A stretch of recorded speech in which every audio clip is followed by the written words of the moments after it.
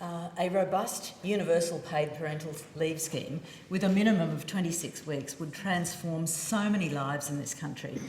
This is something we Greens have been pushing for a long time. And at the May election this year, we brought a policy of 26 weeks guaranteed paid parental leave. The Greens plan will provide 6 months of paid parental leave paid at the parent's existing wage, capped at $100,000 per annum, and includes super contributions. This would include 6 weeks for each parent and 14 weeks to be taken in whichever combination the family decides. The package would complement, not replace, existing employer schemes. And when I door-knocked in Ryan and spoke to people about this plan, they absolutely loved the idea. So since May, we've seen a growing number of groups calling for boosting paid parental leave. The ACTU want the Albanese government to increase paid parental leave from 18 to 26 weeks and then map out a path to lifting it to 52 weeks by 2030. A fantastic idea. The Business Council of Australia laid out 26 weeks of paid parental leave as a core policy suggestion ahead of the Jobs and Skills Summit. Chief Executive Women's submission to the Jobs Summit called for an expansion of the Commonwealth paid parental leave scheme. Zali Steggall has now brought this motion to the House and I support it. According to the economic experts, 26 weeks of shared paid parental leave will boost women's workforce participation. This is undoubtedly a true and a very good thing. But more importantly, I say it will boost freedom.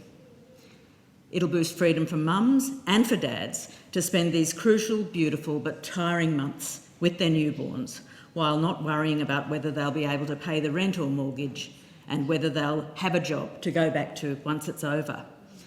Coupled with another Greens policy, universal free childcare, paid parental leave of 26 weeks will give families the freedom to decide the best arrangement for them, to work out how much they work in paid employment, how much they spend doing the unpaid child-rearing work at home, and how they share those roles, importantly, equitably between partners. And they can do that without fear of falling into poverty or falling behind in their careers.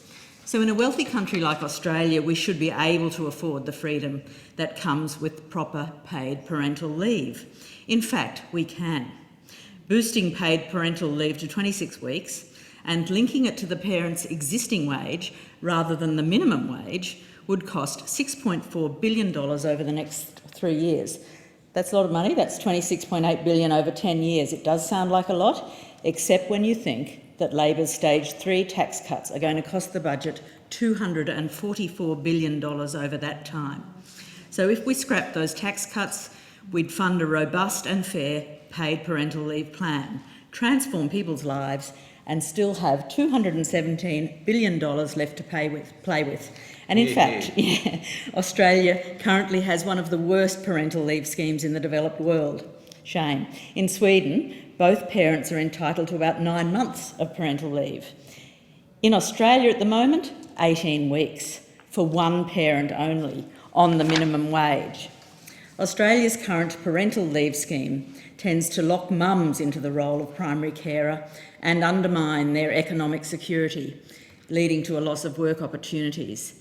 This motion and the Greens policy would begin to encourage both parents to share the parenting load and to normalise working arrangements that help families juggle work and caring responsibilities. It's high time we fix paid parental leave in this country, and it's time that this government comes on board with this plan. I support this bill.